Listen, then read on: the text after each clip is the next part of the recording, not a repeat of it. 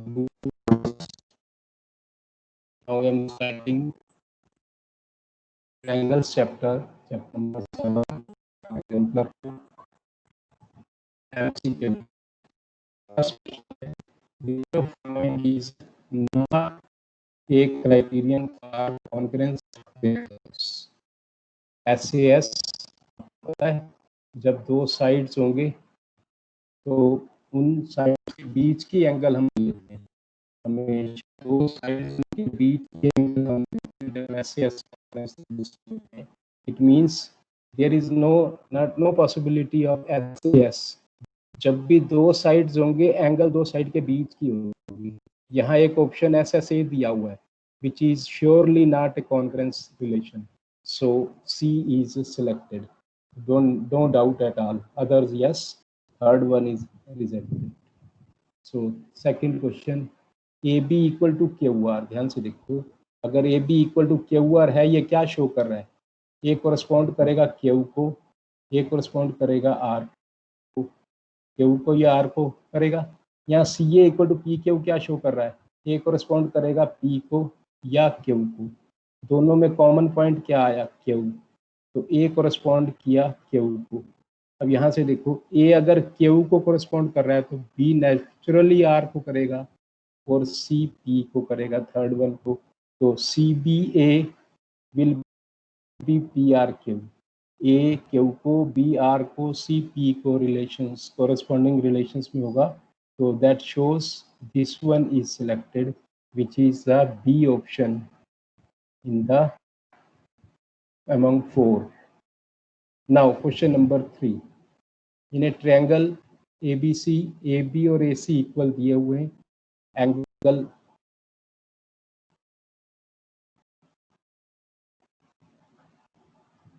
ये second question. तो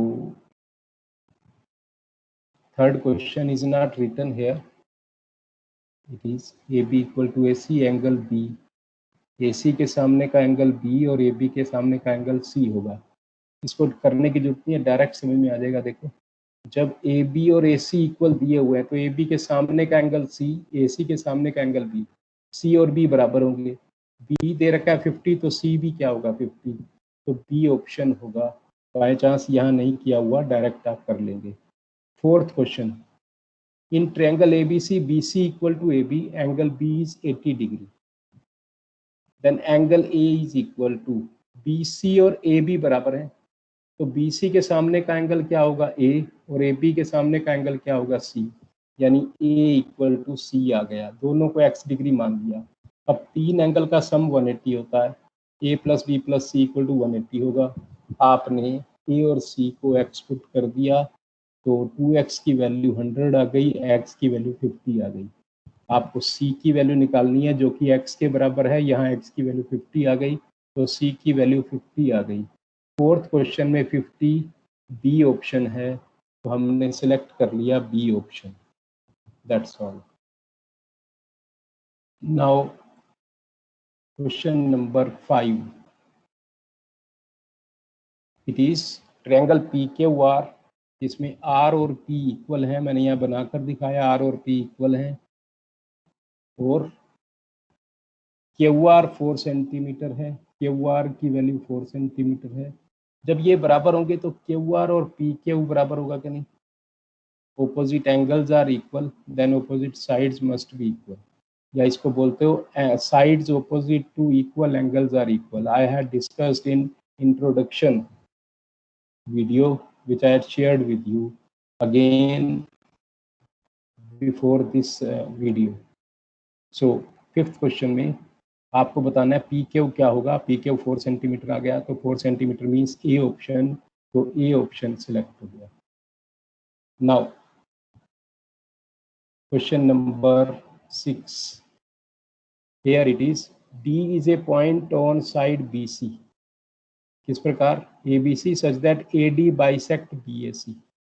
ये दो जो एंगल हैं वो इक्वल दे रखे हैं, ये दो एंगल्स इक्वल दे रखे हैं, B इस प्रकार है।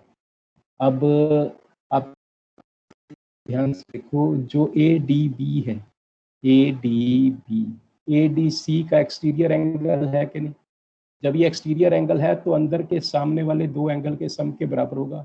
अब हम कम से कम इतना तो कह ही सकते हैं कि जो ए डी बी है वो डी ए सी से बड़ा है।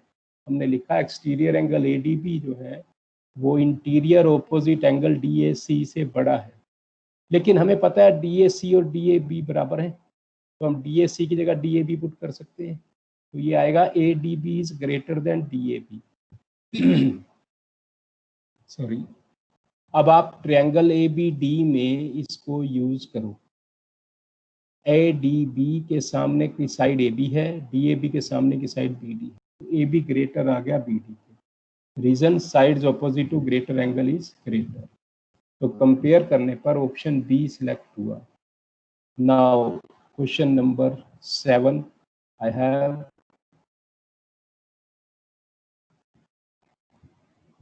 इन given figure A B C और F D E correspondent congruent हैं। ए बी 5 सेंटीमीटर के बराबर है, बी 40 डिग्री के बराबर है, ए 80 डिग्री के बराबर है। Then which of following is true? इनमें से कौन सा ट्रू होगा?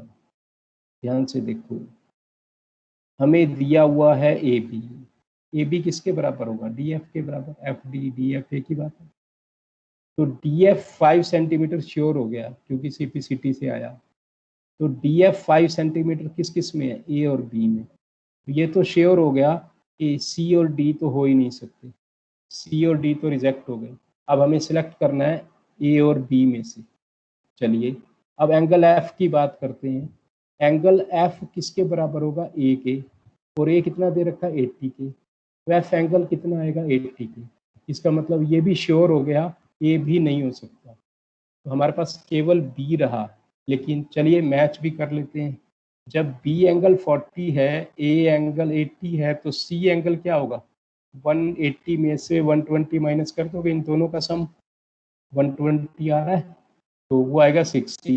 तो सी और ई बराबर होंगे, तो ई एंगल 60 आ जाएगा। तो वेरीफाई भी हो गया कि बी ही आंसर है। 7th का बी आंसर क्यों होगा वो वेरीफाई कर दिया मैंने। Is also written here. Now question number 8, two sides of triangle are of length 5 centimeter and 1.5 centimeter. Length of third side of triangle cannot be। हमें पता है जब दो साइड दी होती है तो थर्ड साइड है वो उसके सम और डिफरेंस के बीच लाई करती है, उसके डिफरेंस सम से छोटी होती है। तो कंक्लूड हुआ कि जो थर्ड साइड है वो 3.5 से बड़ी होगी, 6.5 से छोटी होगी। तो यहाँ पर आंसर 3.4 दिया हुआ है, ये एक थर्ड साइड नहीं हो सकती, बाकी तीनों वैल्यू बीच में लाई। अब हो सकता है मैं यहाँ पर 6.6 डाल दूँ, तो वो क्या होगा? 6.5 से फिर सिलेक्ट नहीं होगा, यानी वैल्यू चेंज करके नया क्वेश्चन बनाया जा सकता है। Understand the way how to understand it, how to do it is essential. Now let us try question number 9. Here statement of 9 is before you. Triangle PQR, if angle R is greater than Q. Triangle PQR, if R is greater than Q, then अब R से सामने वाली angle side कौन सी होगी? P Q, और Q के सामने वाली पी आर। तो P Q greater than P R sure हो गया, जो कि ऑप्शन बी है। So selected. Now question number 10, in triangle A B C and P Q R, A B equal to A C, angle C equal to angle P and angle B equal to angle Q, the two triangles are. क्या होंगे बताना है आपको। पहले हम यहाँ देखते हैं, ए बी और ए सी बराबर हैं तो आमने सामने के एंगल भी इक्वल होंगे। सी बी के बराबर होगा।